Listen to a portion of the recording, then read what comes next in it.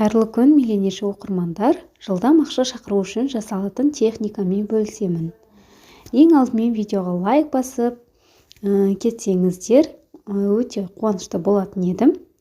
Мен үнемі қолданылатын техниканың бірі күн сайын жуынғанда қос алақаныма су толтырып, Алла маған осы судың ағынымен байлық, несібе беріп жатыр деп 3 рет бетімді жуамын. 3 рет су ішемін. Алла маған осы судың ағынымен байлық, несібе беріп жатыр деп қарапайым әрі күлкілі жеңіл техника жасап көріңіздер. Суда құлақ бар. Су естиді. Неге психологтар суға айт ішіңдегін дейді? Себебі судың құлағы бар болған соң текке айтылмаған сөз.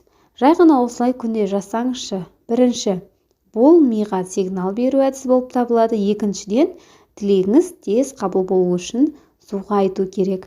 Жасаңыздар, бай қуатты миллионерші болыңыздар.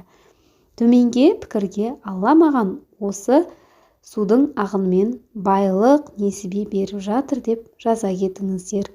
Барша оқырмандарым бай қуатты миллионер болсын.